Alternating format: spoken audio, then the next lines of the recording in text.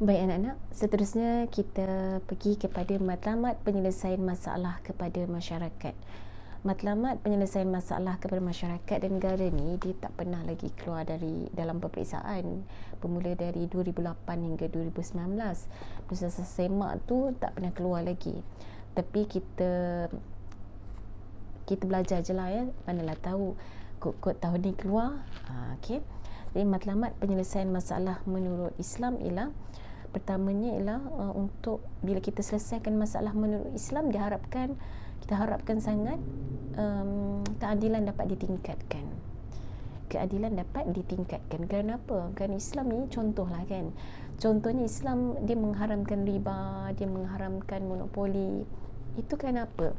Kerana dia nak memberi keadilan kepada orang miskin. Mungkin bila haramnya riba, haramnya monopoli, masalah itu ataupun perkara itu tidak memberi kesan yang besar kepada orang-orang miskin yang kadang-kadang memerlukan duit, mungkin terpaksa berhutang apa semua, nak juga beli barang, tapi kalau dah ada monopoli mungkin dikenakan kadar yang tinggi.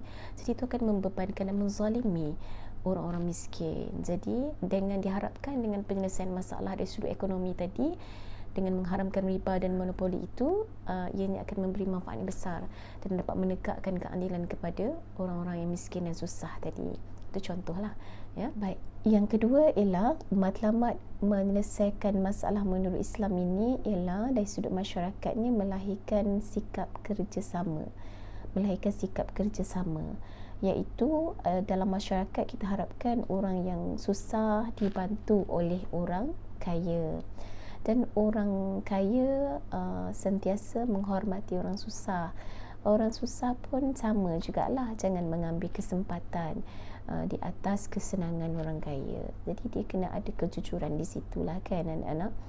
Itu akan lahirlah, yang penting sikap bantu-membantu, yang tidak ada buruk sangka, dengki apa semualah ya. Jadi itu kita harapkan dengan penyelesaian masalah menurut Islam, wujudnya sikap bantu-membantu. Yang ketiga akan melahirkan masyarakat yang aman dan selesa. Contoh kan, bila Islam sangat mementingkan kebersihan, andai kata amalan kebersihan ni ada dalam masyarakat, kita boleh bayangkan bagaimana masyarakat di situ akan dipenuhi dengan keselesaan, keamanan pastinya, kerana budaya yang mementingkan kebersihan tadi. Tidak akan jumpalah kotor ke, sampah ke. Jadi kita sedap mata memandang bila pergi ke satu tempat ataupun kampung atau masyarakat yang sangat mementingkan kebersihan. Itu matlamat penyelesaian masalah. Sedikit matlamat penyelesaian masalah kepada masyarakat. Saya ulang lagi, pertama sekali ialah untuk menegakkan keadilan, yang kedua untuk mewujudkan sikap bantu-membantu, dan yang ketiga untuk melahirkan masyarakat yang aman dan selesa. Baik, yang ketiga ialah matlamat penyelesaian masalah kepada negara adalah untuk melahirkan negara yang maju ya. Sebab kita nak, kalau boleh, bila adanya masyarakat ataupun bermula daripada individu, kemudian lahirlah masyarakat yang mementingkan masa, yang amanah, yang jujur dalam pekerjaan contohnya kan, dia akan memberi kesan yang besar kepada negara. Maka akan lahirlah negara yang maju disebabkan oleh sikap dan nilai baik yang ada pada masyarakat tersebut ataupun individu tersebut. Itu bermula untuk menyelesaikan masalah lah. Yang bila kita ada masalah, contohnya masalah korupsi, masalah rasuah apa semua, tapi bila kita selesaikan dengan cara Islam, maka akan lahirlah masyarakat ataupun rakyat yang sangat mementingkan keadilan, rakyat yang sangat mementingkan amanah dan kejujuran, serta mementingkan penghargaan masa. Dan memang tidak akan dapat dinafikan negara itu akan maju ya. Boleh anak-anak, negara akan maju. Yang kedua ialah mengukuhkan perpaduan.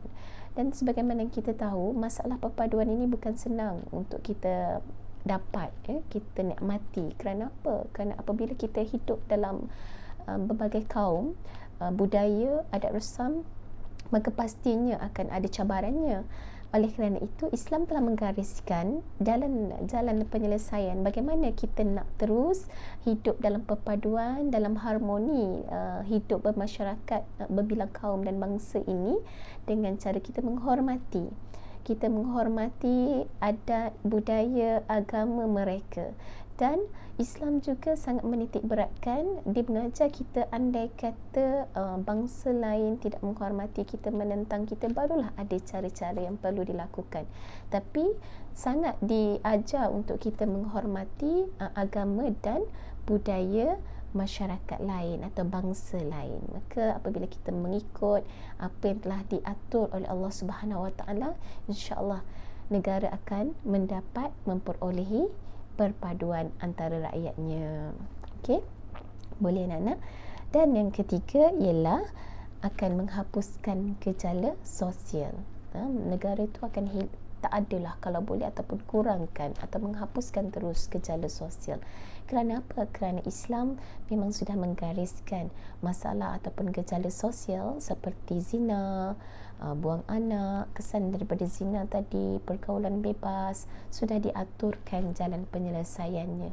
Itu bermula daripada pendidikan awal kanak-kanak ataupun bayi lagi, sejak daripada bayi sebelum kahwin lagi sudah ada jalan penyelesaian yang telah diatur untuk pasangan-pasangan ataupun orang Islam tu sendiri. Bagaimana untuk memilih pasangan sebelum berkahwin itu, apa kriteria dia, dan bagaimana kita nak mendidik anak-anak, semuanya sudah ada dalam ilmu dan penyelesaian kekeluargaan Islam.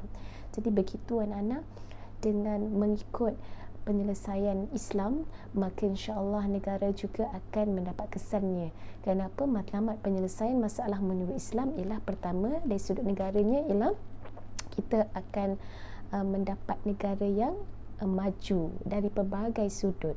Yang kedua, kita akan mendapat negara yang mengekalkan ataupun mendapat perpaduan dalam negara, mengukuhkan perpaduan. Dan yang ketiga, kita dapat mengelakkan gejala sosial. Baiklah, kita akan berjumpa lagi di lain masa untuk tajuk yang lain pula. Mudah-mudahan dapat membantu anak-anak menjawab soalan dengan sebaiknya. Sekian, wabillahi taufiq wal hidayah. Wassalamualaikum warahmatullahi wabarakatuh. Jumpa lagi.